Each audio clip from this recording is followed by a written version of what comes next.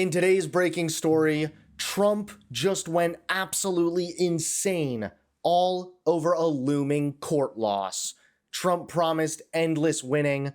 Unfortunately for him, it's been endless losing. How's it going, everybody? Hunter Avallone here with Occupy Democrats. Welcome back to another video. Now, Donald Trump has been nothing short of a disaster.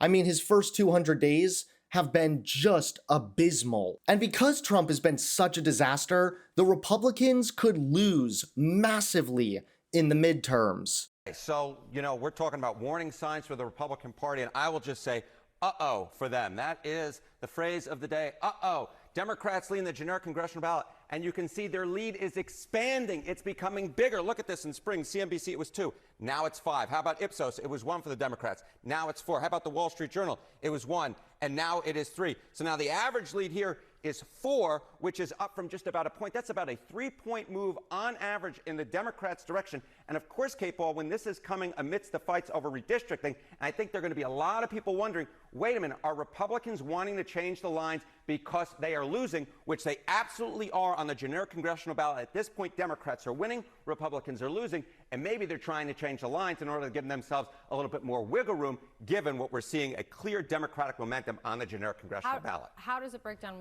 when you look at party ID? Okay, so this is one metric, right? The generic congressional ballot. How about party identification, right? Because the idea is, if you're a Democrat, you're very likely to vote Democrat. If you're a Republican, you're very likely to vote Republican. Take a look here, the party ID margin, Democrats versus Republicans. Look in Q1 of this year. Quinnipiac, Republicans had a lead of a point. Gallup, it was tight. Look at where we are now in the latest measures. Again, Democratic momentum. This is a 5-point move to the Democrats, according to Quinnipiac. Now they're up by 4 on party ID. How about Gallup? What we see is Democrats ahead by 3 points. So again, what you're seeing is clear movement towards the Democratic Party on a very key metric, because if you're identifying as Democratic, you're far more likely to vote for the Democrat. If you're identifying as Republican, you're far more likely to vote Republican. And I will note, Kate, that this is a change from last year, especially among Gallup, when Republicans held a rare lead going into the 2024 election. And that, of course, foreshadowed Donald Trump winning, foreshadowed Republicans taking the House, taking the Senate. And now, of course, Democrats are ahead here.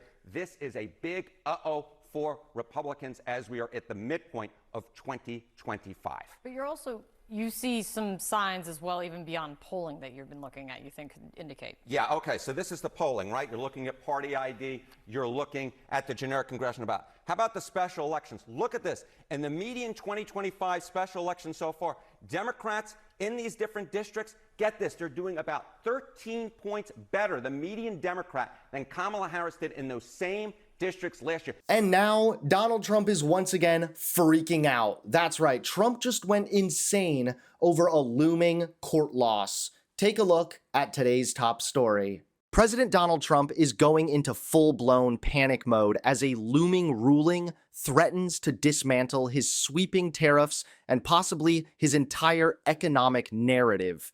In a series of frantic posts, Trump warned that if what he calls a radical left court rules against him, it would be impossible to ever recover and would plunge the United States into another Great Depression. Trump's latest tariffs, which went into effect just yesterday, have already rattled markets and drawn sharp backlash from foreign governments. But the real danger for Trump isn't just economic, it's legal. The Federal Circuit U.S. Court of Appeals has been hearing arguments over whether Trump even had the authority to impose such sweeping tariffs in the first place. Legal experts say his defense, which relies on the International Emergency Economic Powers Act, has gotten a frosty reception in court.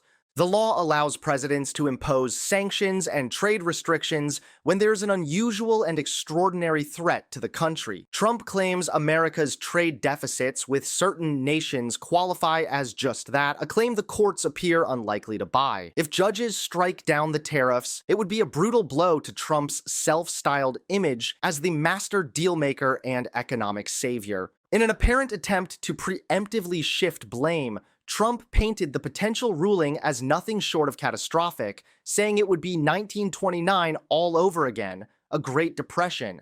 He also claimed without evidence that the tariffs are setting new stock market records almost every day and bringing hundreds of billions into the country's coffers.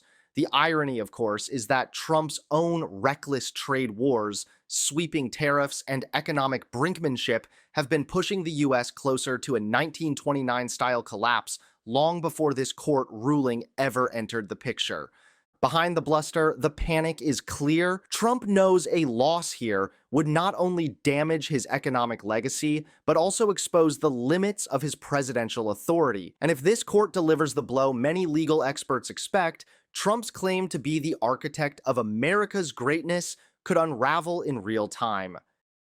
Thanks so much for watching. Please click that like button and subscribe to Occupy Democrats so that you can stay informed and help us stop Donald Trump.